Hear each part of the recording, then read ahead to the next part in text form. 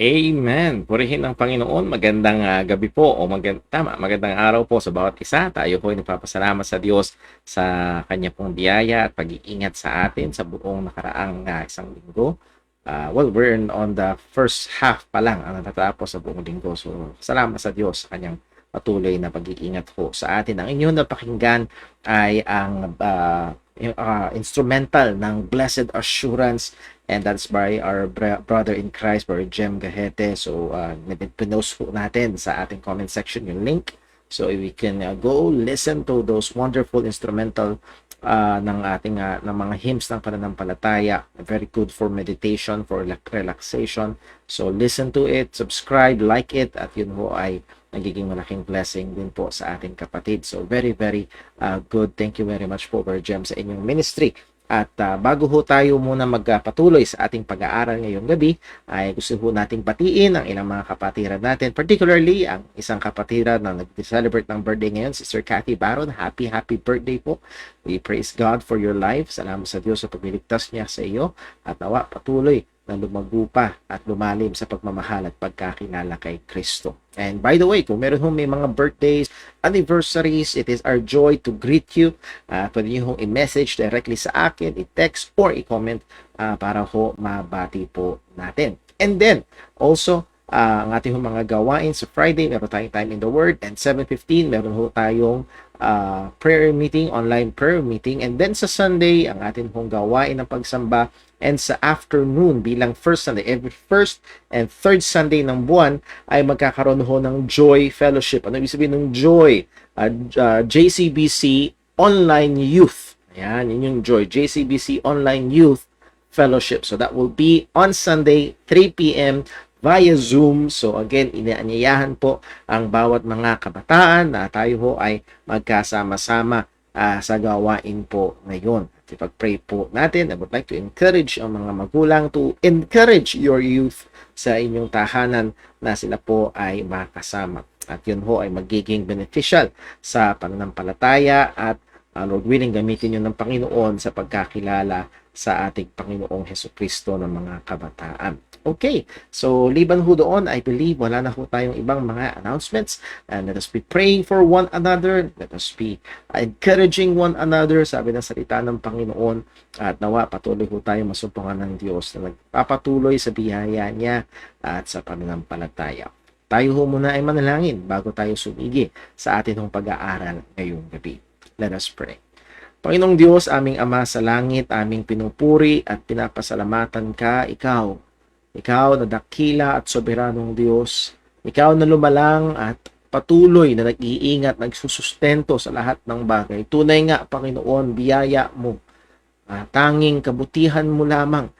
Kung kaya't kami ay naririto, nakakaranas ng mga maganda at masasarap na bagay, pero higit sa lahat, ang iyong habag at biyaya na sumagana sa amin nang kami ay iyong niligtas sa pamagitan ni Kristo Jesus. Lord, we praise you, we love you, at dakila ng biyaya mo ito. Tulungan mo kami as we further sa aming pag-aaral sa dakilang kaligtasan o patungkol sa kaligtasan, yung Panginoon ng bukas na puso at isipan.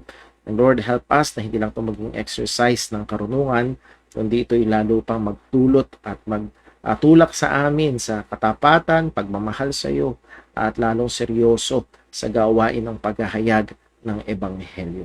Muli, ikaw po lamang ang maitaas, at sa aming mga buhay, ikaw pong patuloy na maihayag, at sa aming pag-aaral, ikaw pong patuloy na mapuri. Ito pong aming dalangin sa ngalan ng aming Panginoong Hesukristo. Amen. Okay, so dumako ho tayo sa ating lesson. We are on lesson number 24, the doctrine of salvation. We have studied about the doctrine of man's total depravity, God's election unto salvation. Ngayon naman ay ating pinag-aaralan yung God's effectual call to salvation, yung epektibong pagtawag ng Diyos sa mga tao sa ikaliligtas. So atin hong bigyan ng pansin ang atin hong pag-aaral na ito ngayong gabi. So reviewin lang ho muna natin, nakita natin as stated by Apostle Paul sa Ephesians chapter 1, it is God's desire and will that all believers would grow deeper in the knowledge and understanding of the great salvation that He has worked out through Jesus Christ. So ito'y kalooban ng Diyos. Alala ko ho, may mga nagtatanong minsan ay bakit pa kailangan mag-aral ng theology na yan? Basta ligtas na ako, basta mamahalin ko na lang si Lord, let's just love one another. Well, malinaw sa Biblia, ito ay kalooban ng Diyos and we must put effort sa pag-aaral dito upang lalo nating makita at ma-appreciate yung kaano kaganda, kadakila at yung detalye nito ay ma-appreciate po natin. Next, man's total depravity. Pinag-aralan natin ito. Man in his totality is affected by sin. At maging lahat ng aspeto ng tao, maging ang kaisipan niya, ang kalooban niya, at ang sabi ng salita ng Diyos, we are by nature children of disobedience, as we have read sa Ephesians chapter 2. So sa chapter 8 ng Romans verse 7, because the carnal mind is enmity against God, for it is not subject to the law of God, neither indeed can be. So hindi neutral ang tao. Ang tao is in enmity against God.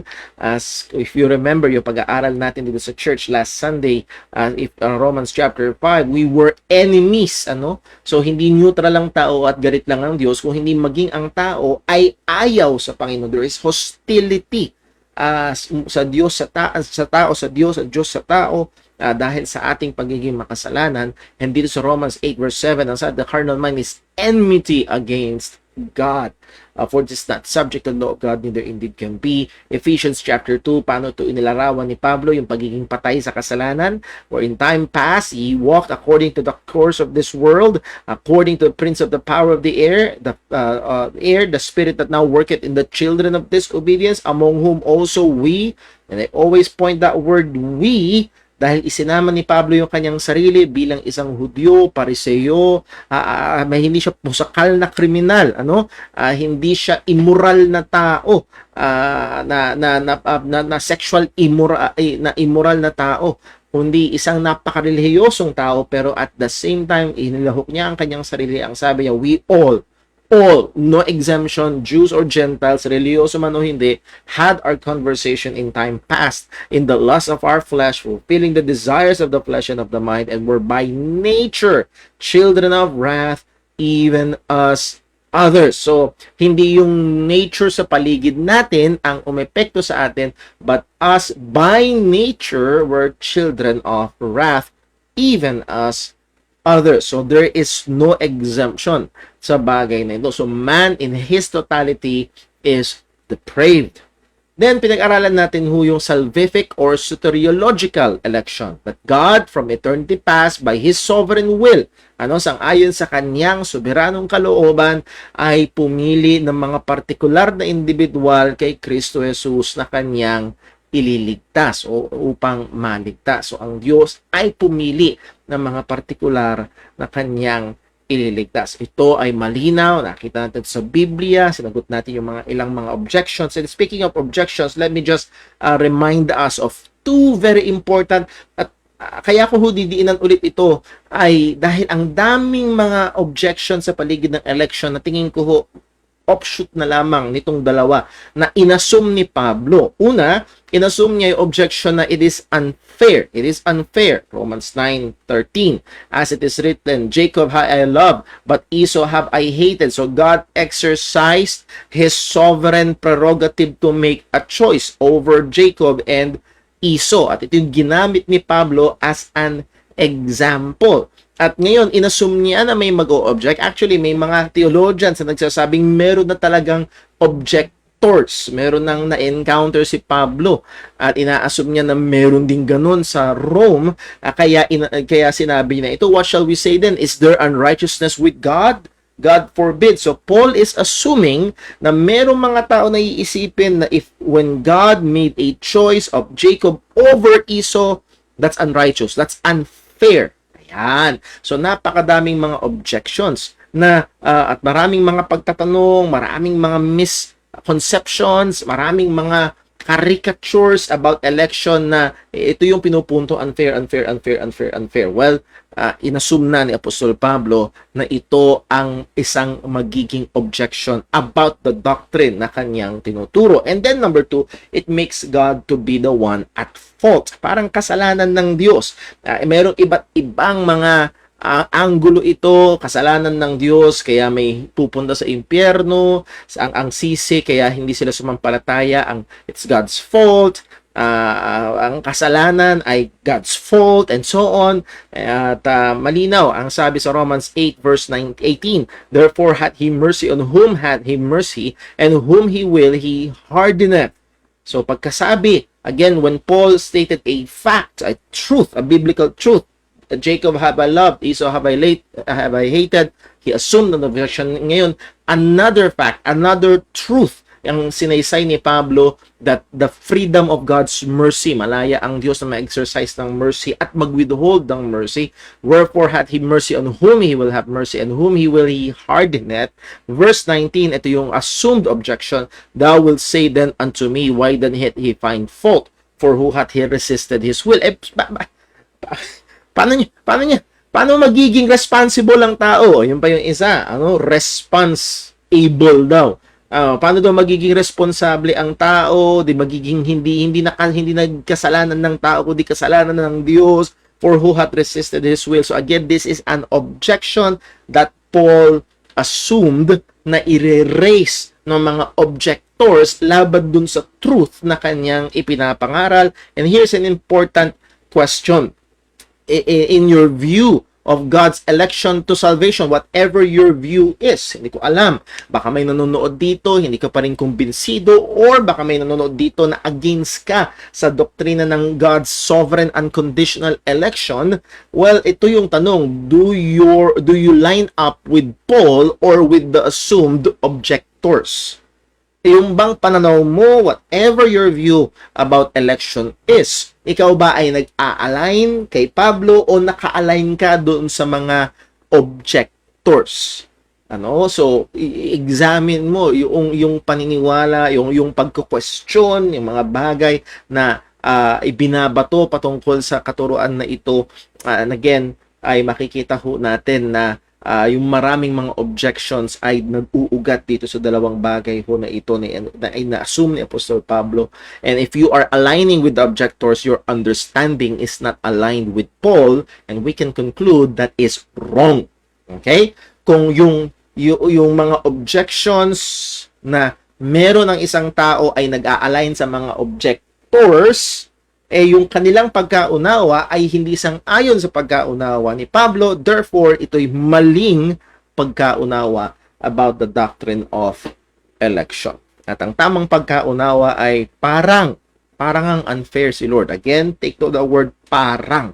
Ang tamang pagkaunawa ay parang lalabas na parang kasalanan ni Lord. Paano na yung, again, pinag-aralan ho natin, hindi nawawala yung human responsibility, hindi ang Diyos ang author ng kasalanan, hindi unfair ang Panginoon, pinag-aralan ho natin lahat yan, pero sa unang sulyap, parang. At dahil dito marami ang nagre-react ng negatively, and there are men and pastors and to say mga manggagawa na nanggagalaiti sa doctrine of election because yes, mukhang unfair, yes, mukhang fault ni Lord, but again, saan ka nag-a-align? Are you aligning with Apostle Paul na ina-assume niya meron ganitong objections, or you're aligning with the objectors? That means na nasa mali kang kalagayan o pagkaunawa. Next, so ating pinag-aaralan ho ang doctrine of God's effectual call, and this is now application of salvation. Saan tayo nanggaling? Well, nanggaling tayo sa katotohanan na ang tao ay totally depraved, he needs saving, at dahil siya totally depraved, nakasaalang-alang sa Diyos kung paano siya ililigtas. Ano ang ginawa ng Diyos? Meron tayong nakita sa Biblia that God, before the foundation of the world, has chosen particular individuals. Meron siyang mga pinili. So that is long ago, far away, in eternity past. Now, pagdating naman sa ating karanasan, itong kaligtasan na pilano, itong pagpili ng Diyos ng pagliligtas, at yung redemption na ginawa ng ating Panginoong Hesukristo, paano ngayon maa-apply sa isang tao? So we are now discussing yung application nito sa isang individual. So this is God's effectual call, aka irresistible grace or efficacious grace. Yung iba ay irritable sa irresistible. Ano? So, pero tingnan muna natin, pag-aralan natin at hopefully mas magkaroon tayo ng mas malusog at mas whole na pagpananaw at pagkaunawa ko sa bagay na ito. Terminology is the word kaleo sa New Testament. In Greek, it is an invitation or summons. Ito man ay official summons sa military or sa assembly or to be designated. Theologically, sa Old Testament, as we have studied last time, it is more prominent patungkol sa pagtawag ng Diyos sa Israel bilang kanyang natatangi at kanyang bayan. Most prominent in the book of Isaiah, and we looked at many passages about that. And then thirdly, dito yung ating mas concern sa New Testament, the word kaleo ay ginagamit sa apat na mga iba't ibang kaparaanan. Una, it pertains to vocation, do sa trabaho. May mga tinawag ang Panginoon sa partikular na trabaho. And ministerial office, may mga tinawag ang Panginoon para magministeryo, particularly sa mga manggagawa sa iglesia, mga pastor at mga diakono. Now, hindi lang yun, there is also that gospel invitation. Ito yung gospel call, that is yung general call na inaanyayahan ang mga tao na sumampalataya sa ating Panginoong Hesukristo. Matthew 22 verse 14, ang sabi, "For many are called, but few are chosen." So binubukod natin ito. Hindi pa ito yung call na ating pinag-aaralan, na effectual call, kung hindi ito yung tinatawag ng iba na general call. Ito yung tawag or yung iba tawag dito external call. Ito yung proclamation of the gospel, witnessing to the lost. Dahil inutusan tayo ng Diyos na ipangaral at tawagin ang lahat ng tao na magsisi at manampalataya. So this is the gospel invitation to all to come to Christ in repentance and faith. So yun.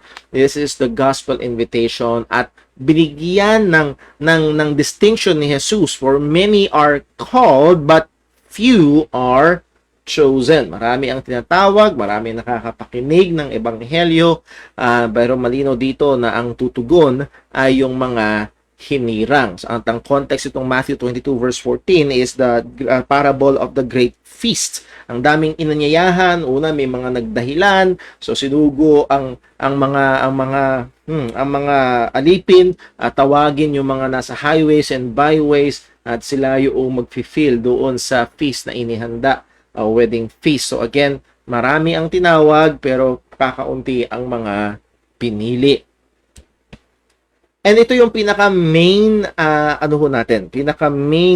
intention natin na pag-aralan, itong call to salvation, God's effectual call to salvation. This is the most important and most prominent use of this term in the New Testament. Ito yung isa sa pinakamahalaga at pinaka-prominente, madalas sa Biblia, sa Bagong Tipan, kapag nababasa natin yung word na call, or in its past tense form, called, ay ito'y pumapatungkol sa calling to salvation.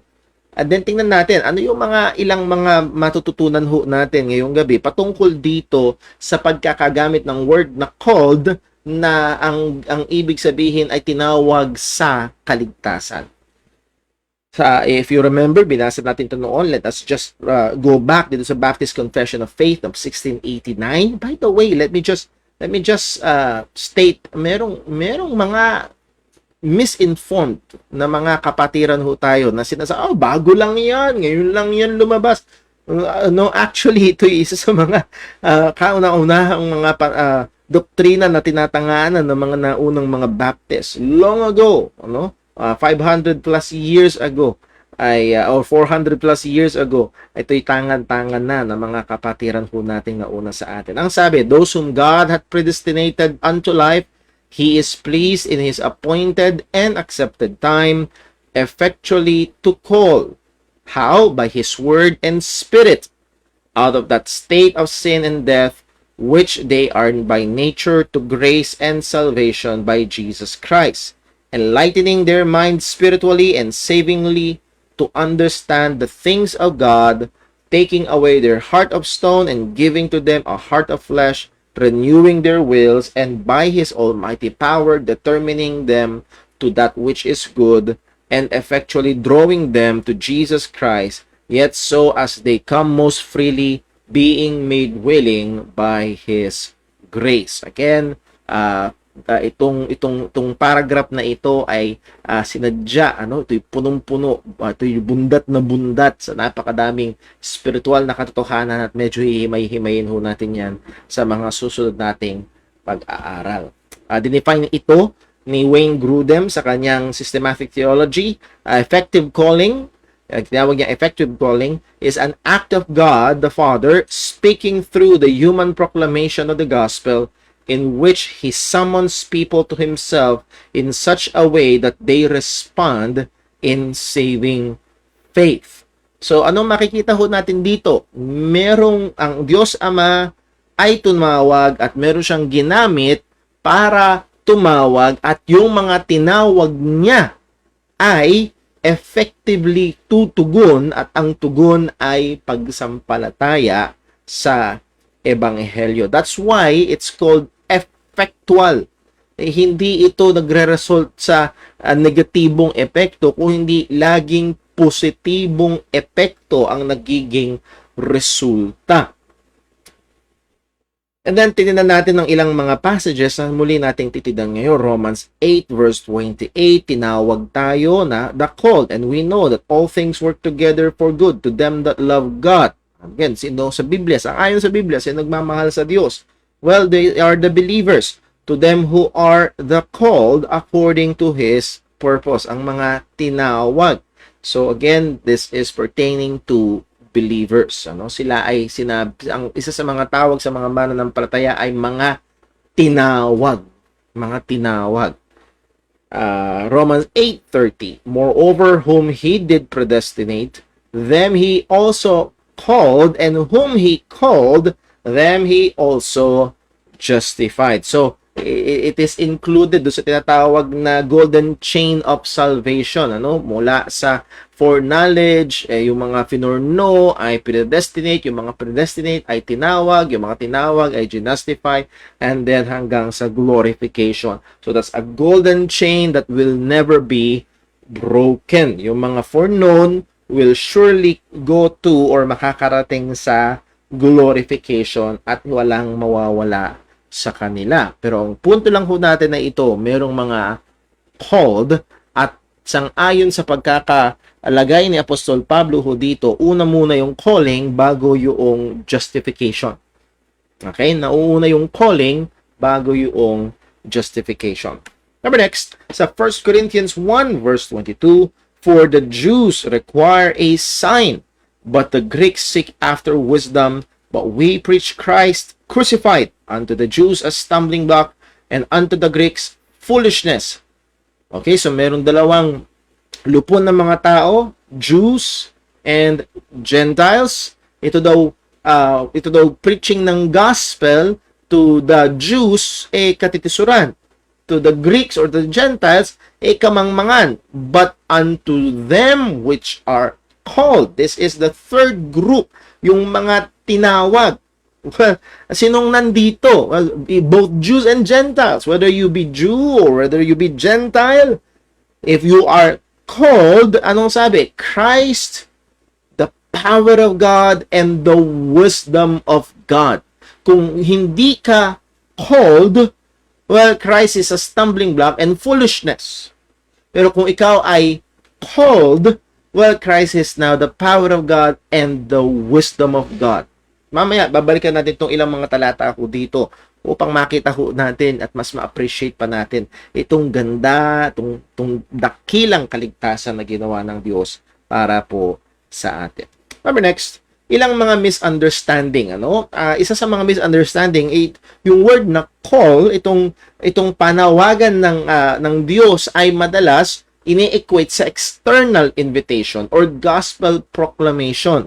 Merely the preaching of the gospel. And yes, we do call people to repentance. Tinatawag natin ang mga tao, hinahamon natin ang mga nakikinig na sila'y magsisi at manampalataya sapagkat ito ang maliwanag na utos ng Panginoon sa bawat mga makasalanan.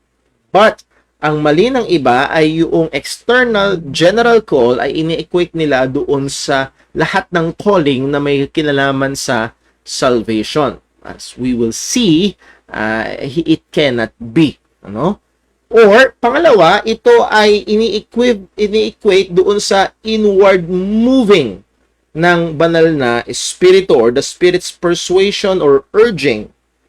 So, nahan doon yung, minsan tinatawag dito, the convicting work of the Holy Spirit na kinukonvict niya ang tao sa kasalanan. At ito yung gawain daw ng banal na espiritu. So, doing his part to convince the sinner, but the key remains in the sinner's will. Ang susi pa rin ay yung desisyon noong makasalanan, kung siya ba'y sasampalataya o hindi. So, yes, sasabihin nila, merong gospel call, yes, handun yung pagkilos o pagtawag ng banal na espiritu, while it is still all up to men.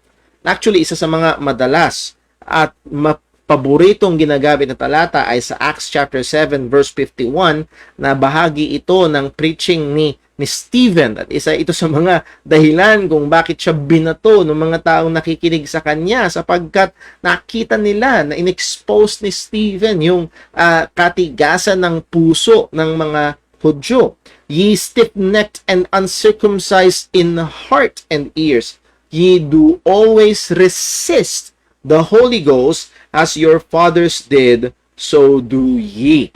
Ano? So again, madalas sinasabi na yung letter I sa tulip, yung irresistible grace, unbiblical. Sabi dito, you do always resist. So hindi irresistible. Well, again, dalawang magkaibang bagay ho ang pinapatungkulan po dito, as we will see.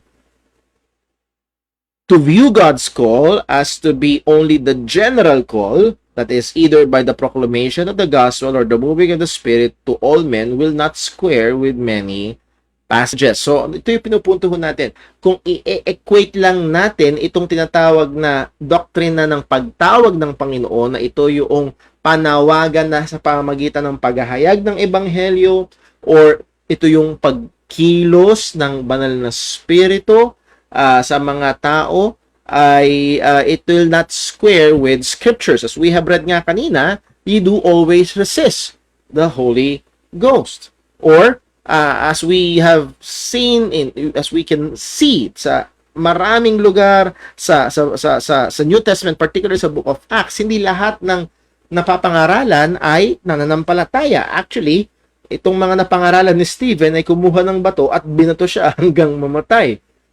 No? Very ironic, nangaral si Pedro, may 3,000 ang naligtas. Nangaral si Stephen at may 3,000 bato siguro ang tumama sa kanya.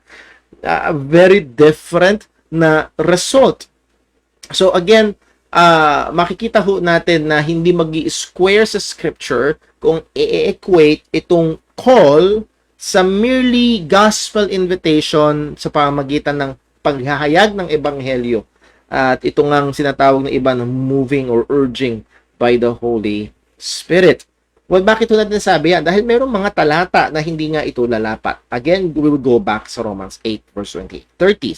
Romans 8:30. Moreover, whom he did predestinate, them he also what? Called. And whom he called, them he also justified. And whom he justified, them he also glorified. So, tingnan lang natin ito, no? Moreover, what's the next word? Whom. Whom. Yung mga, sino ito? Yung mga pinedestinate. Yung mga taong pinedestinate, sila yung tinawag. Okay? Walang nadagdag, walang nabawas. At yung mga tinawag, whom he called, sila yung ginustify. Walang nadagdag, at walang nababawas. And by the way, sang-ayon ho sa Biblia, paano ka ma-justify? By faith. Therefore, being justified by faith. So, ang makikita ho natin dito na in between that calling and justification, merong nasa gitna, ang tao ay mananampalataya. So punto ay ito, lahat ng tinawag, no more no less, ay mananampalataya. No more no less. At yung mga nanampalataya ay i-justify, idideklarang matuwid, and lahat ng yon ay merong tunay na pag-asa that they will attain glorification, makakarating sa glorification. Again, in this passage, God's call always results in salvation or justification. Hindi po pwedeng hindi. Whom He called. So kung i-equate natin ang calling unto salvation as merely the gospel call or general call, well, hindi lahat na nakarinig ng pangangaral ay nananampalataya, therefore hindi sila lahat ay na-justify. So dito pa lamang sa text na ito, malinaw na there ought to be a we ought to distinguish, kailangan nating pag-ibahin yung panawagan sa mga tao ng mga mangangaral at tagapaghayag ng ebanghelyo upang sumampalataya kay Kristo, at iba naman ito sa pagtawag ng Diyos sa mga tao upang manampalataya kay Kristo. At medyo may hint na tayo dito sa verse na ito dahil lahat ng mga tinawag, lahat sila ay ma-justify. No more, no less. It is effective. Sure ito. Sure. Number next. 1 Corinthians 1:22. For the Jews require a sign and the Greeks seek wisdom. But we preach Christ crucified, unto the Jews a stumbling block, and unto the Greeks foolishness. But unto them which are called, both Jews and Greeks, Christ the power of God and the wisdom of God. In this passage, God's call sets the believers apart from unbelievers. Paano nangyari? May tanong sa Biblia, paano ka naging iba? Paano nangyari? Mas mahusay lang ba tayo kaysa sa ibang mga Hudyo? Mas mahusay lang ba tayo kaysa sa ibang mga Hintil, no? Ipinako ni Apostol Pablo ang dahilan saan? Hindi kung ano tayo at meron tayo, kung hindi sa Panginoon na sa atin ay tumawag. At ito daw, unto them which are called. So lahat ng mga tinawag, ang magiging pananaw nila kay Kristo? Again, itong mga Hudyo at mga Griego na hindi tinawag, Christ is a stumbling block and Christ is foolishness. The preaching of the cross is a stumbling block and foolishness. Pero sa lahat ng mga tinawag, both Jews and Greek, whatever your nationality is, kung ikay tinawag, Christ will be the power of God and the wisdom of God. Kumbaga, kung hindi ka tinawag, ang ebanghelyo, ang tingin mo ay dumi at kadiri-diri. Ikaw ay tinawag, ang tingin mo sa ebanghelyo ay kapangyarihan at kayamanan at napakaganda. Again, anong magdi-differentiate? It is God's calling. It is God's calling. As we have said, this effectual call should be differentiated from the general call to faith and repentance. So, magkaiba ito. Hindi pwede. So, pag nakarinig ho tayo ng idinadahilan, hindi ang calling sa Bible, yung proclamation of the gospel. Now, wag natin pagkamalian. Meron talaga sa Bible na gospel call. Nakita natin yun ng mga nakaraan, pero babalikan natin ulit sa mga susunod natin pag-aaral. Pero meron ding tinatawag sa Bible, meron tayong makikita sa Bible na uri ng pagtawag na ito ay merong siguradong pag-epekto. The author of the call is not the preacher or human witness. Itong call na ito, kung babalikan natin yung mga verses, whom He called. But unto them which are called. So, sino itong tumawag na ito? So, malinaw na hindi yung preacher or human witness. Why? Because hindi lahat ng panawagan ng preacher ay nagre-result sa justification. It is not primarily, so, sorry, hindi ko pala nasabi doon sa taas. Ang pinag-uusapan natin ngayon is the author of the call. Sino yung author? Saan galing? O sa madaling salita, sino itong tumatawag? Sino ba itong tumatawag na ito? Sino yung pronoun na he? Doon sa atin hong binasa kanina sa Romans chapter 8, verse 30. So, it is not primarily the Son or the Holy Spirit. Take note of the word, not primarily. Pag pinag-aralan sa Scripture, sino yung, yes, nandun ang panawagan ng anak, come unto me, all that you labor and heavy laden, I will give you rest. Ang sabi ni Jesus, they will hear my voice. So, yes, the Son, Jesus, calls His sheep, marino yung sa Bible, pero particularly dito sa ating pinag-aaralan, the effectual call na ito ay hindi primarily ang anak. And hindi rin primarily ang banal na spirito. Itong call na ito ay ang Son or the Lord Jesus Christ is the focus of the response. Tinatawag para sumampalataya kay Kristo. Again, take note dun sa unto them which are called, both Jews and Greeks, Christ, the power of God and the wisdom of God. So Christ in this call ay siya yung pinaka-focus ng response. Tinatawag papunta kay Kristo. That is the point. So, dito primarily hindi ang anak, hindi si Jesus ang tumatawag at hindi rin primarily ang Holy Spirit. The Holy Spirit makes the sinner able by regeneration. So, ang banal na Espiritu ay kumikilos sa makasalanan para siya ay magkaroon ng kakayahang tumugon, pero meron pa ring iba na tumatawag sa mga pinili ng Panginoon. Sino ito? The Scripture presents the Father as the one who calls. Ang pinipresenta, ang pinapakita, ang pinapakilala ng Biblia na tumatawag, epektibo para maligtas ay walang iba kung hindi ang Ama. Acts 2 verse 39.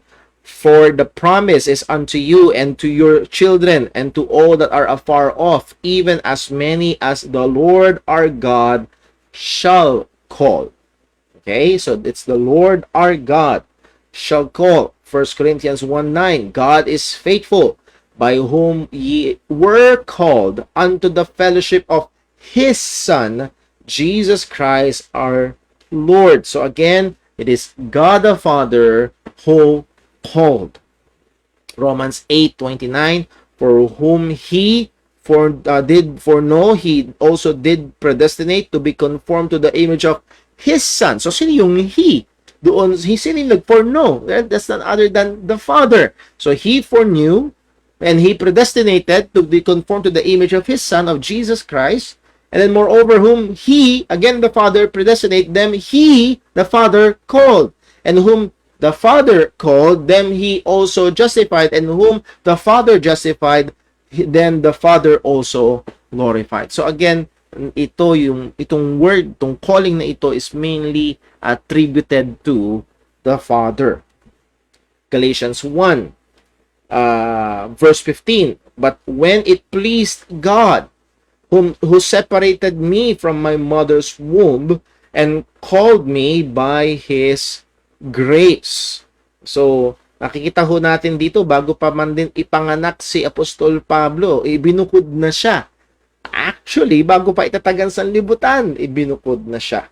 Ibinukod na ang bawat mga mananampalataya, ang bawat mga tupa ni Kristo, ibinigay na sa Kanya. So again, andito, no, ang Ama, ang pangunahing pinapakilala ng Biblia na siya ang epektibong tumatawag. Ephesians chapter 1 verse 17, that the God of our Lord Jesus Christ, the Father of glory, may give unto you the spirit of wisdom and revelation in the knowledge of Him, the eyes of your understanding being enlightened, that ye may know what is the hope of His calling, and what the riches of the glory of His inheritance in the saints.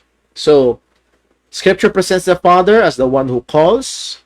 The human recipient does not contribute anything to the call. Hindi laging it is God, it is God, it is God who calls. Wala tayong contribution dito sa calling na ito para ito maging epektibo. Again, di ko maiwasan na bumalik sa isip ko yung sinabi ni Pablo sa 2 Corinthians chapter 4, "For the God who commanded the light to shine out of darkness had shined in our hearts." God commanded the light to shine in our hearts. If we may extend the parallel, yung Diyos nung Genesis 1:1, out of nothing commanded the light to shine, and God said, "Let there be light." And there was light, walang contribution ng anuman sa paligid. God created ex nihilo out of nothing, and then God shined in our hearts. Hindi dahil meron ng maliit na kumbaga apoy sa ating mga puso. No, we are totally depraved, at ang Diyos ang gumawa upang makita natin ang liwanag. The Father is actively involved in the execution of His own plan. He initiates both the plan, He decreed it, and the application of salvation. So naandoon yung involvement ng Ama. So hindi siya nagplano lang basta and then naupo, okay, sige, mangyari na yung plano ko. No, makikita ho natin dito na siya ay involved in the very application ng salvation. So, nandito yung mahalagang note at medyo namnamin natin ng kaunti at gusto kong i-encourage na even pagkatapos ng ating lesson ay i-meditate, nguya-nguyain natin ang katotohanan ito. Let us appreciate and be in awe of the Trinitarian work in our salvation. That God the Father, the Lord Jesus Christ, and the Holy Spirit ay totally involved and active sa kaligtasan nung naligtas tayo. So, again, bakit hindi ito magre-result sa pagpuri natin sa Kanya?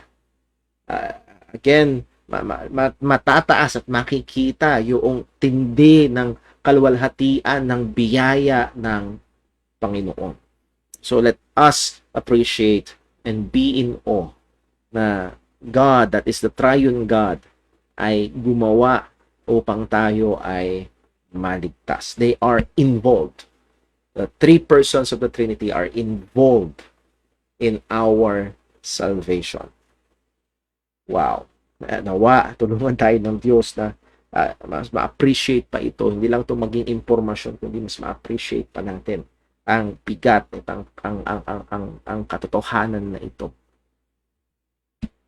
Well, ilang mga bagay about the nature of the call, this effectual call. Ano ba yung nature nito?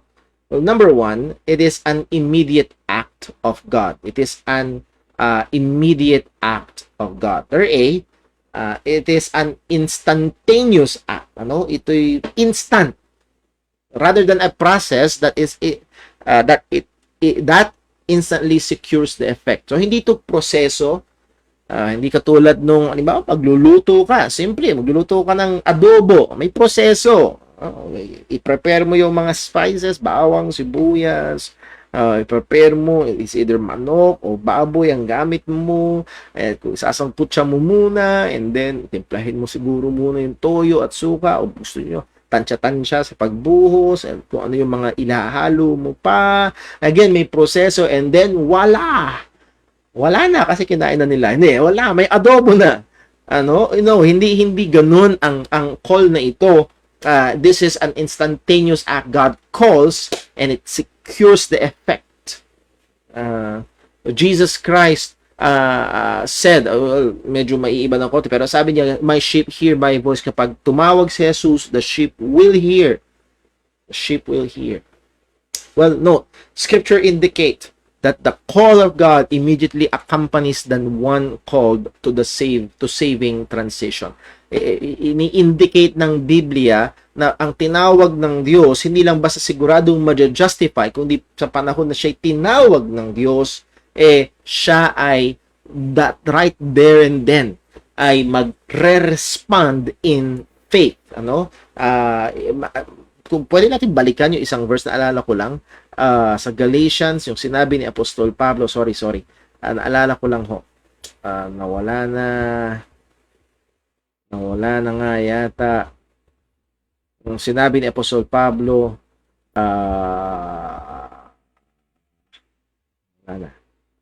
sorry po ayun, Ito pala. But when it pleased God, who separated me from my mother's womb and called me by His grace to reveal, kung tutuloy natin yung verse 16, to reveal His Son in me.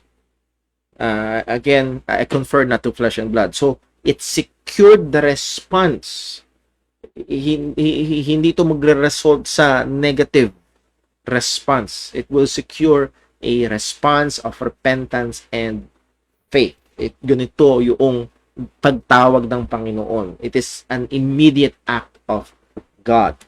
Sa 1 Peter 2:9, ang sabi, but ye are a chosen generation, a royal priesthood, and a holy nation, a peculiar people, that ye should show forth the praises of Him who hath called you out of darkness into the marvelous light. So again, God called you out of darkness into a marvelous light. Walang process in between. Ang punto nung tinawag na transfer sila into the marvelous light. 1 Thessalonians 2:12, that ye walk worthy of God who called you unto His kingdom and glory. So God called us, called the believer unto His kingdom and glory. So ang punto, ang makiyan sa Biblia, it is an instantaneous act.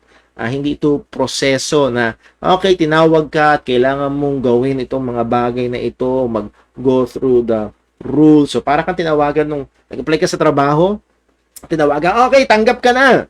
Ang susunod mong kailangan gawin ay magpa-medical ka, dadaan ka sa dalawa pang interview, and then dalawa pang exam, and then ganyan. Or napili ka na, dadaan ka pa sa, wala nang proseso in between. God calls, it will secure the effect instantaneously. Now, kailangan linawin, hindi porke tinawag ay ligtas na. Okay? Hindi porke tinawag ay ligtas na. Pag tinawag, babalik tayo sa Romans 8:30. Yung tinawag, ginastify. Pero meron na sa pagitan, at malinaw sa Biblia, kailangan manampalataya bago ma-justify. Ang punto ito, pag tinawag, mananampalataya, dapat ma-justify. So, it is an instantaneous act of God. It is not a mere urging left to the sinner to respond. As we have seen, lahat ng tinawag ay siguradong ma-justify, siguradong sasampalataya. Hindi ito merely urging para depende nga sa tugon ng tao, depende sa tugon ng makasalanan.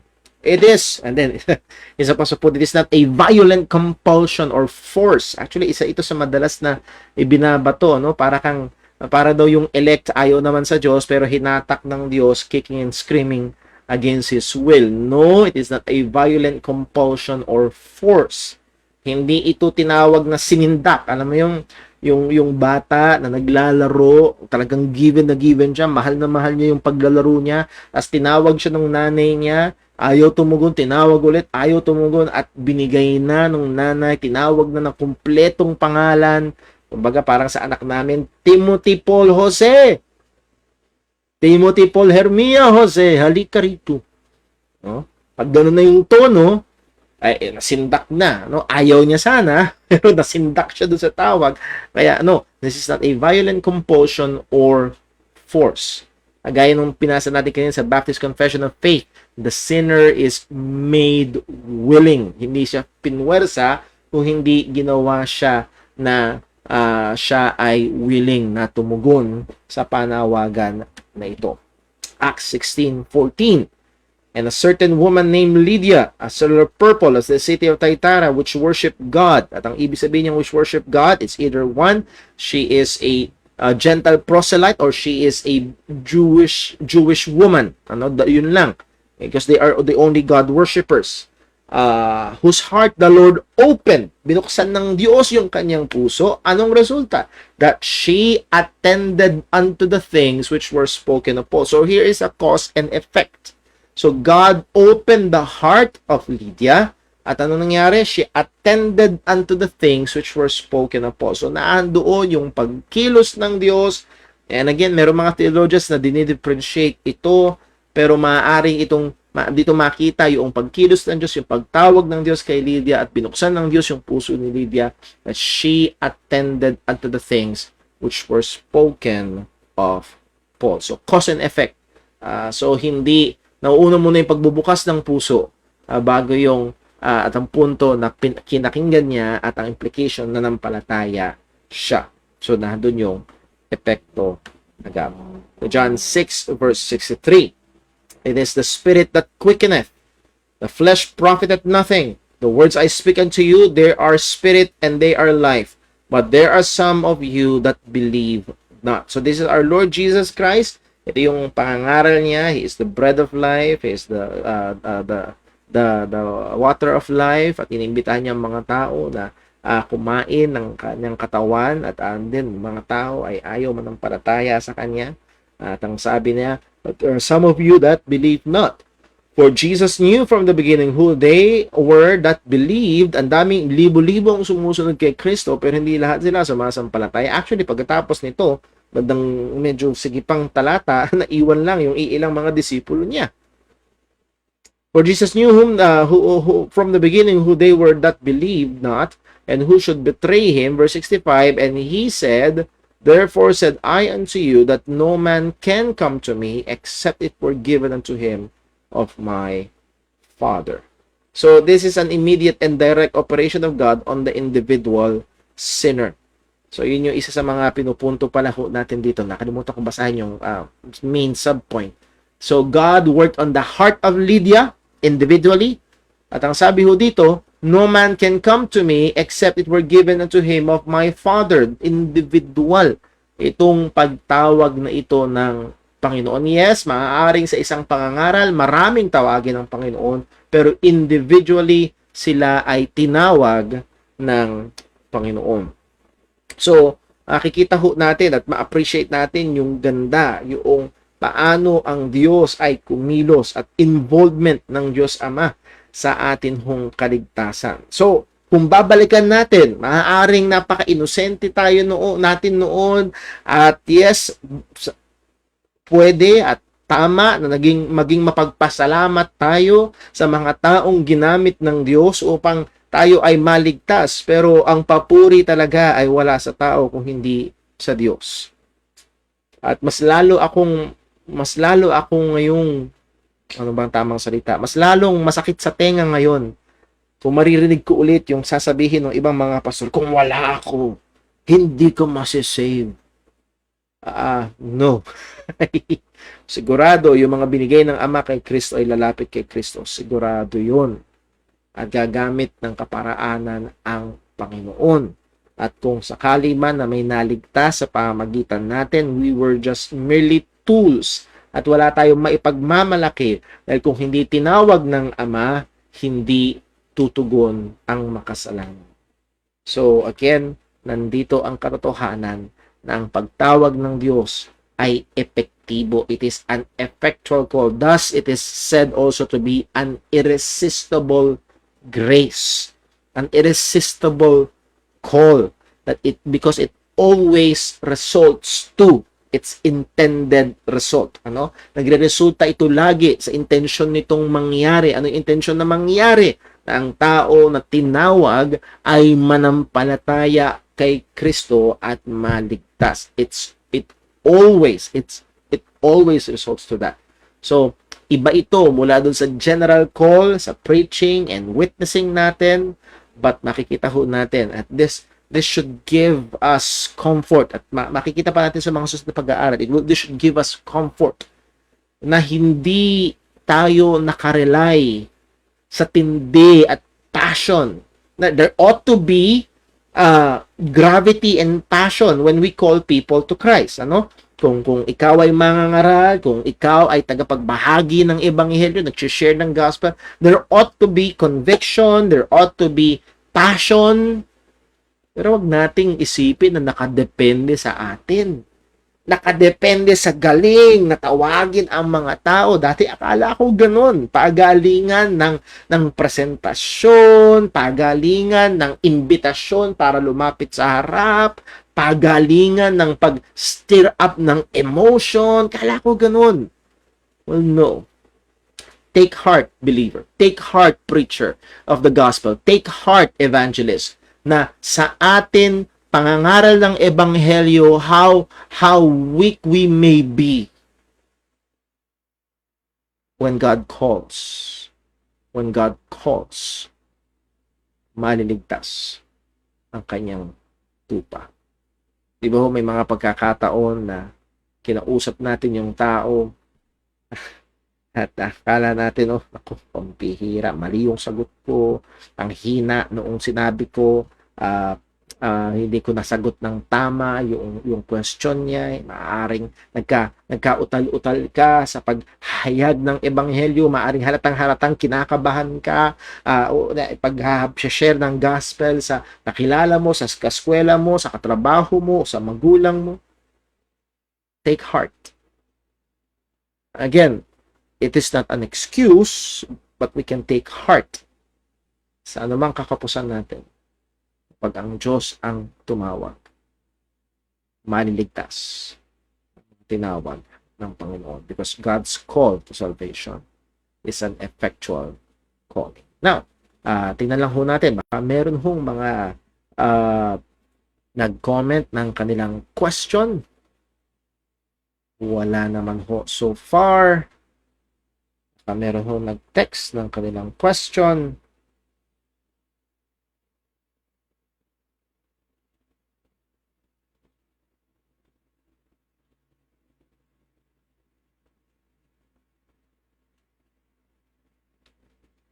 Okay, wala naman po. Okay. Wala na. Baka meron pahabol? Wala rin. Sige po, so dito ho matatapos ang ating pag-aaral ho ngayon. Medyo naging mabagal yung ating usad, but I believe ang gusto ko lang ho ipunto, isa sa mga gusto ko talagang bigyan ng diin ngayon is ma-appreciate natin ito personally. Ma-appreciate natin personally, una sa ating sariling kaligtasan, na tayo ay tinawag ng Panginoon sa kanyang sarili. And then, appreciate natin at magkaroon tayo ng encouragement sa ating pagbabahagi ng Ebanghelyo, na ang Diyos ay tumatawag at ang Diyos ay kumikilos, gumagawa at ililigtas niya ang kanyang mga hinirang at hindi yun papalya. Pero hindi ho yun excuse na basta kahit paano na lang. No. Andun pa rin yung paghahanda, andun pa rin yung pagsusumikap na magawa natin ng palinaw at maipresenta ng mas maayos at sa iba't ibang antas, depende sa ating kausap, maipresenta ng maliwanag ang ebanghelyo. Pero again, hindi yung husay natin, hindi yung argumento natin, hindi yung halimbawa natin.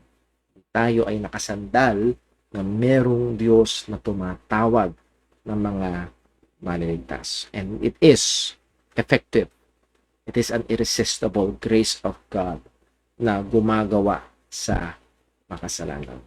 Next week ho, tutuloy natin yung pag-aaral tungkol sa nature ng call na ito ng Diyos Ama sa ating kaligtasan. Let's pray. Panginoon, salamat po sa biyaya mo. Salamat po. Tinawag mo kami. Salamat po at gumamit ka ng mga instrumento upang ang ebanghelyo ay makarating sa amin. Pero lalo naming nakikita ngayon na ang papuri talaga ay sa iyo. Lord, sino kami? Sino kami? Hindi kami magaling, hindi kami mahusay, lalong hindi kami mabuti. Pero tinawag mo kami sa iyo. Tinawag mo kami patungo kay Kristo. Tinawag mo kami sa kaligtasan. Ama, salamat po. Dahil alam namin, liban na tinawag mo kami, kami ay mananatiling nasa dilim. Liban na ikaw ay nagbigay liwanag sa aming mga puso, kami ay mananatili na bulag sa katotohanan. Liban na ikaw ang kumilos at nagbukas ang aming mga puso, hindi kami sasampalataya. Lord, thank you. Thank you na ang pagtawag mo ay efficacious. Thank you na ang biyaya mo ito na kumilos sa amin ay epektibo at nagligtas sa amin. Purihin ka, O Diyos. Lord, amin pong hiling. Patuloy mo kaming gamitin, bigyan ng tapang at kasigasigan sa paghahayag pa ng iyong ebanghelyo sa iba. Praise you, we love you, We worship you. And we thank you, Lord, ito sa effectual call mo na sa amin ay nagligtas at nagdala kay Kristo. In Jesus' name we pray. Amen. God bless po. At ito ho magtatapos ang ating gawain ngayong gabi. And again, happy birthday kay Sister Kathy. And also, so Friday ay meron po tayong Time in the Word at 6 p.m. God bless. Ingat po tayo lang.